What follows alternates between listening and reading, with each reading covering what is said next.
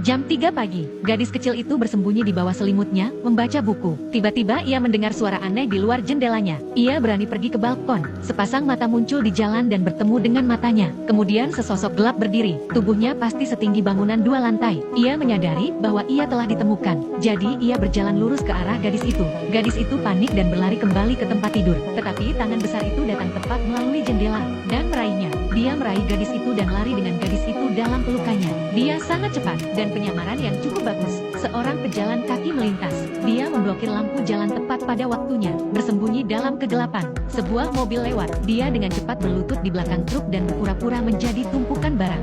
Seorang warga keluar untuk membuang sampah. Ia berdiri di depan 2 pohon, tanpa merasa tidak pada tempatnya. Dia benar-benar berlari melalui lapangan. Dengan satu lompatan besar ia menyeberangi jalan. Sprint yang keras adalah hembusan angin. Ia membawa gadis itu melintasi pegunungan dan lautan, dan melalui awan petir. Akhirnya ia tiba di sebuah gua besar. Itu dipenuhi dengan segala macam benda aneh dan tidak biasa. Gadis itu tergantung di dahan pohon dengan selimutnya. Dia mengintip ke dalamnya. Di sini, seorang raksasa sedang mengasah pisau. Di sana ada sebuah jendela. Gadis itu mencoba melarikan diri, memanjat sepanjang batang pohon. Tepat saat ia mendorong jendela terbuka, ia terlempar ke dalam panci oleh raksasa. Gadis itu ketakutan. Raksasa itu mengatakan kepada gadis itu, ada banyak raksasa di luar sana yang memakan manusia. Tergantung pada selera mereka, mereka memiliki nama khusus untuk mereka.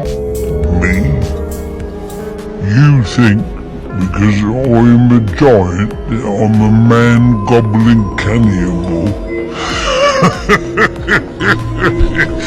Gadis itu bahkan lebih ketakutan. Pria raksasa tua itu menghampirinya dengan wajahnya. Anda berpikir karena saya seorang raksasa. Dan kemudian, pria raksasa tua itu kemudian memakan labu besar yang tampak lengket. Sambil menjelaskan kepada gadis itu, dia tidak membawanya ke sini karena dia ingin memakannya. Tetapi ia khawatir jika gadis itu melihatnya. Ia khawatir jika wanita itu melihatnya. Ia akan menyebarkan berita tentang keberadaan para raksasa. Dan ras misterius mereka akan terungkap. Ketika gadis itu mengetahui bahwa orang tua itu bukan orang jahat, dia segera memberanikan diri dan meraih gadis itu, mengatakan bahwa di luar berbahaya, jangan melarikan diri tanpa izinnya. Ia kemudian menempatkan gadis itu di tempat pengintai kapal layar dan membiarkannya tidur di dalamnya pada malam hari. Namun setelah ia tertidur, orang tua itu pergi melalui gua menuju air terjun. Menarik kendali, sebuah jembatan turun ke bawah. Ia datang ke bengkelnya, botol-botol dan stoples berisi benda-benda berwarna-warni. Semua impian manusia. Dia mengambil sebuah guci. Merah berarti dipenuhi dengan mimpi buruk. Kemudian ia mengutak-atiknya.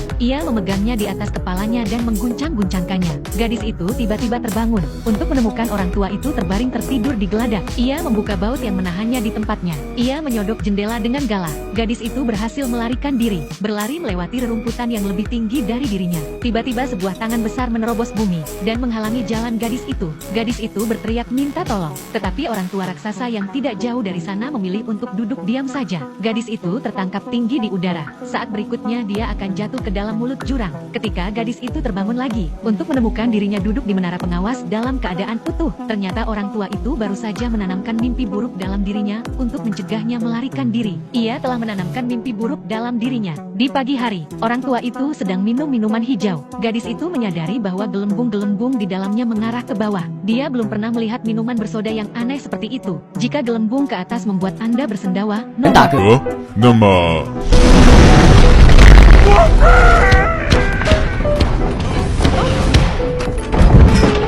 orang tua itu merasa senang, tetapi suara kentutnya menarik pengunjung yang tak terduga. Raksasa itu mencium bau manusia, mencari di mana-mana. Gadis itu memiliki kejeniusan yang luar biasa. Dia masuk ke dalam labu besar di atas meja.